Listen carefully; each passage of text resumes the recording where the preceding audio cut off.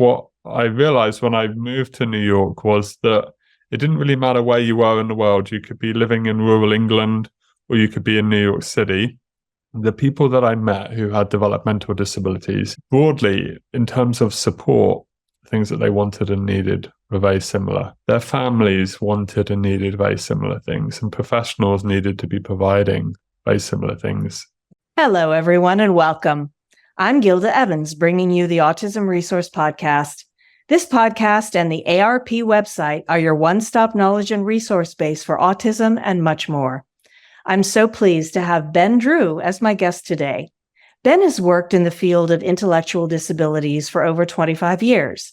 He grew up in the UK and qualified as a learning disability nurse. In 2003, Ben founded Options in Bristol to help people with intellectual disabilities buy or rent their own homes and manage their own support. In 2008, Ben moved to New York and founded Open Future Learning. Welcome, Ben. And thank you so much for taking time to join me today to discuss the work that you do. Thank you, Gilda. Thank you for having me. Pleased to be here. And thank you for all that you do as well. To begin with, tell me just a bit about what inspired you to work in this field and a bit about your background. Sure. So I grew up in this small town in the UK, and my best friend at school, he lived just outside the town, about a mile outside, and he lived in this, hard to describe, but if you imagine sort of a little collection of houses that people with developmental disabilities lived together in, and he lived on that site. His parents actually helped to run the sort of community, if you want to call it that. A little bit similar, some people might be familiar with Camp Hill. That's a sort of international program where they have this kind of arrangement, typically outside of the community as we think about it, and usually a sort of cluster of houses together and in quite a rural setting. And so whenever I went to see him, obviously there was all these people there who had developmental disabilities. So I got to know people that way. Yeah, we'd be kicking a ball around, wanting to play some football. And the other guys who lived there on the site, they would obviously want to join in, and we would end up having games together. So I got to know these guys that way, and obviously the women as well who lived there. And I think this is what I think really sort of created my interest in the field, as it were, is when those people would come into the town to do their shopping, get their haircut and so on. Obviously my other friends who hadn't had the level of interaction that I'd had with them, I would see, name calling or looking and staring, that's the people from that group of houses outside the town. But I knew them, I'd got to know them on a different level, I guess. And then it just sort of grew from there. I ended up doing a little bit of voluntary work, and then I ended up, when I left, didn't do great at school. And when I left school, that's when I became a developmental disability support worker. And that's where it really started. So how does the work that you did in England inform the work that you're doing now? I was very lucky. The first job that I ever had, I had this amazing boss, and he turned out to be a mentor for me for my entire career, really. And, to this day, we still speak and he still helps me. And he was an incredible thinker in our field, and I guess a practitioner as well, I guess you would say. And I learned so much under Gary, who used to run what was called Didworthy at the time. He now runs an organization called Newkey in the UK.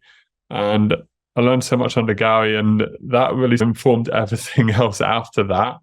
And I was really fortunate to make some amazing connections, really stemming from Gary, even coming over to New York. And I guess what I realized when I moved to New York was that it didn't really matter where you were in the world. You could be living in rural England or you could be in New York City. The people that I met who had developmental disabilities, obviously each person has their own lives and their own individual, very specific wants and needs and so on. But broadly, in terms of support, things that they wanted and needed were very similar. In terms of, really just as common things that they wanted from their lives are very similar. Their families wanted and needed very similar things, and professionals needed to be providing very similar things as a reflection of those. So that's what really sort of inspired Open Future Learning. The work that I do now was that sort of realization that actually we could create quite a generic resource for developmental disabilities, and it could work in a whole bunch of different locations. And then added to that, all of the really great connections with amazing thinkers that I had made over the years, both in the UK and the US. I thought we could create a resource where we put all of that thinking into one place and create something that was truly dedicated to the field of developmental disabilities, really specialist, generic in the sense that it could be used in lots of different places, and financially efficient for providers, as I knew that was really important for obviously my background working in the field. So then would you please explain the thrust of the services that Open Future Learning provides and the need that you see that it fulfills? Sure. So we're primarily serving developmental disability providers, although we do have individual learners can access and use the site, and families as well, obviously. Developmental disability providers are our main clientele, and for the most part, they have mandatory trainings that they have to provide to their staff, which is really, as far as most organizations and regulatory bodies and governments are concerned, the main thing is to really just keep people alive. We don't always do a great job at even that. But if we can do that, that's enough, So a roof over your head, people there when you need them, medications, food, drink, the shelter, as I said, somewhere to be. And that's what a lot of people get from the world of services. And really, we're about everything beyond that. So in relation to, what great support means for people, how you can really learn and understand more about different disabilities and needs that people have. So it's everything beyond that that encompasses really a good life for people, or a great life. So we look at in many different avenues, and we aim to serve the direct support professional, give them really dedicated and specialist information and strategies and approaches in relation to the lives of people with developmental disabilities. But also people with developmental disabilities themselves can use the site alongside the people that they support. We have a series of modules called Side by Side, where the two people can learn together. And that's what we dedicate ourselves to. So educating primarily direct support professionals, and then also people who receive support. What we also do like to say is anybody who's involved in or touching the life of somebody with a developmental disability can definitely use and get a lot out of our resource. So obviously also family members, other professionals, people who are involved in the life of somebody with a developmental disability could also really benefit from using us. So just to sum up, it sounds like the content that you have on your site is geared to help support staff assist their clients to their best possible potential. And it also sounds like the modules are geared toward a variety of learning styles. Is that correct? And could you give me maybe just a couple of examples of some of the different modules that you offer? Yeah, absolutely. Yeah, that's correct. And the different learning styles that we serve. So we have your kind of traditional module, as it were, with a bunch of different medias. So written content, audio, voiceover narration, interactive graphics. They'll have videos. There'll be questions as you go through, an assessment at the end. That's the kind of standard thing that you'll see online. Then we have mini sort of bite-sized versions of that, because a lot of people benefit from being able to learn in more of a sort of bite-sized form. Then we have the side-by-side approach. These are modules that are created specifically with people with developmental disabilities in mind. So shorter sentences, shorter films, no assessment at the end. And when you complete one of those modules with somebody that you support, you both get a certificate. And then we have what we call audio learning modules. So those work a little bit like an interactive podcast, what we're doing now, just obviously speech. There's still questions as you go through, still an assessment at the end. The key piece of what we do that sort of carries through all of those different forms and the different ways that you can use us to serve different learning styles is really the questions that we ask as you go through. Those are the really critical bit of what we do. Because what we don't want is for this just to be professional development. We want to be impacting the lives of people who receive support. We want for them to be able to complete that circle of learning. So what we do when you complete one of our modules, at the end of the module, you get what's called a reflective action plan. And what that does is it asks you to look back at your responses to the questions that we asked and then document. Ideally with, if you have a supervisor or somebody like that, you can meet with them and complete this document with them. But what it'll do is it ask you to document what you've learned, how you can apply what you've learned, what help you might need to do that. We ask the user to set some goals in relation to their learning. And then we ask them to meet with their supervisor again in 6 months to review how it has gone in terms of putting that learning into practice. That's quite a unique feature because across our field, for a lot of training that goes on, that circle is not completed. And it is really just about professional development. As I say, that's not what we're about. We really want to be focused on the impact. So those questions, that one-page reflective action plan, that's a really critical piece of what we do. Can you give me an example of a couple of topics, specific topics that you might cover? Yeah, well, there's literally hundreds of modules. But I mean, there's some really important ones. One of my favorites is a module called Difficult Families. That has a question mark after it.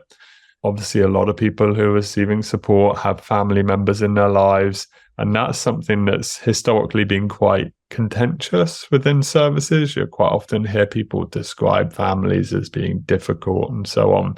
And we collaborated with 6 different families to create that module, plus a family member actually wrote the module itself.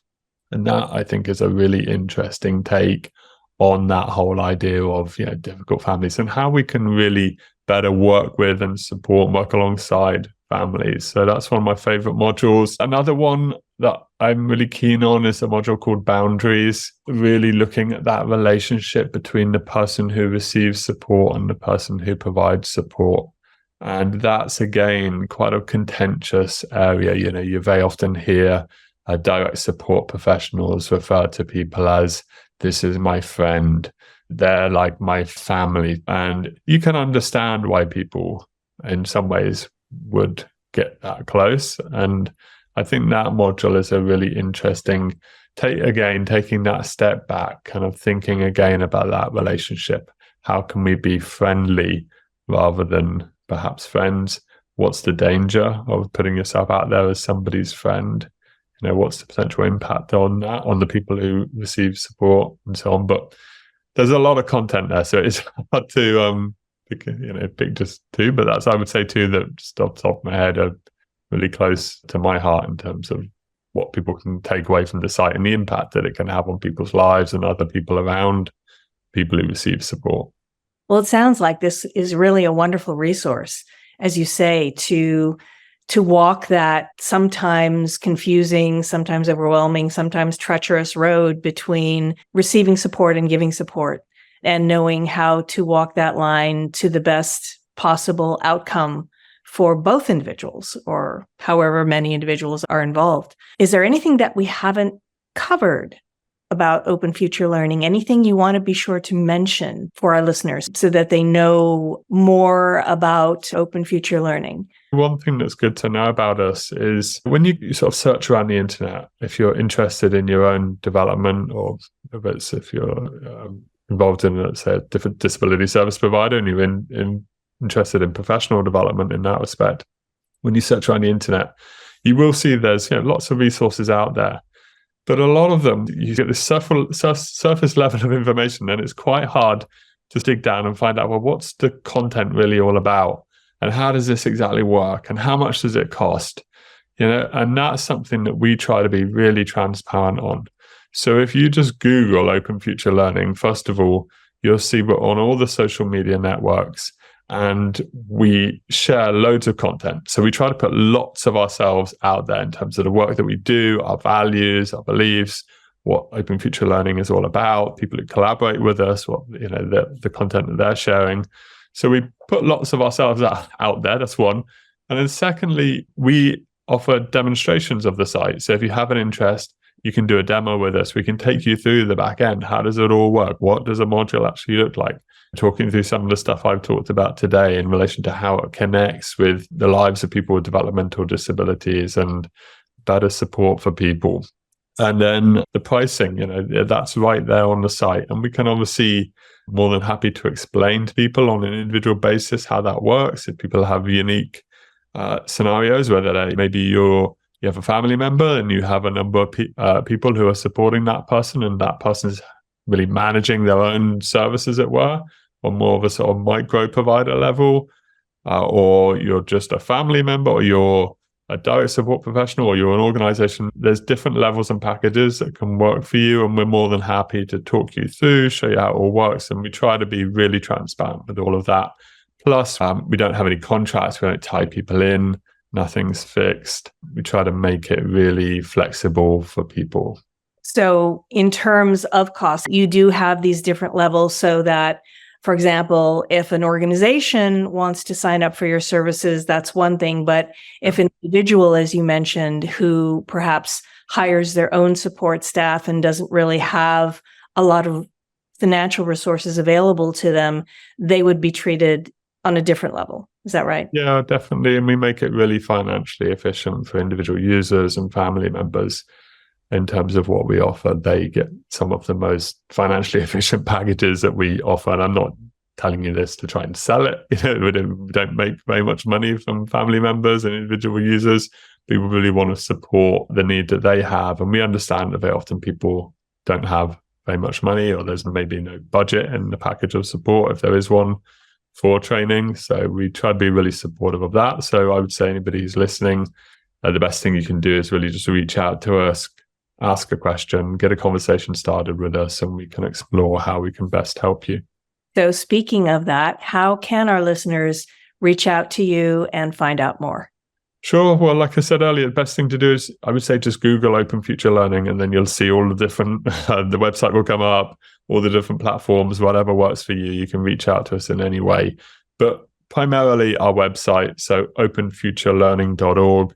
So that's openfuturelearning.org. I managed to do that, which is pretty amazing. I didn't do well at school, like I said. But so yeah, openfuturelearning.org, I would say, is your good starting place, and you'll find links to all of our content, plus loads of content on there that you can check out. That sounds terrific. And again, I think it's a wonderful resource to have available for people.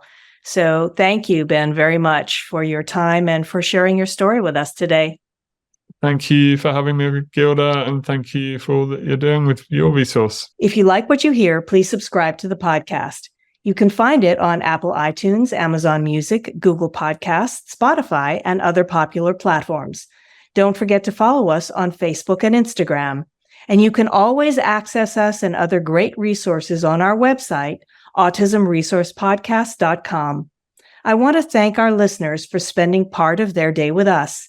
This is the Autism Resource Podcast, and I'm Gilda Evans, reminding you to take care of yourself and that special person in your life.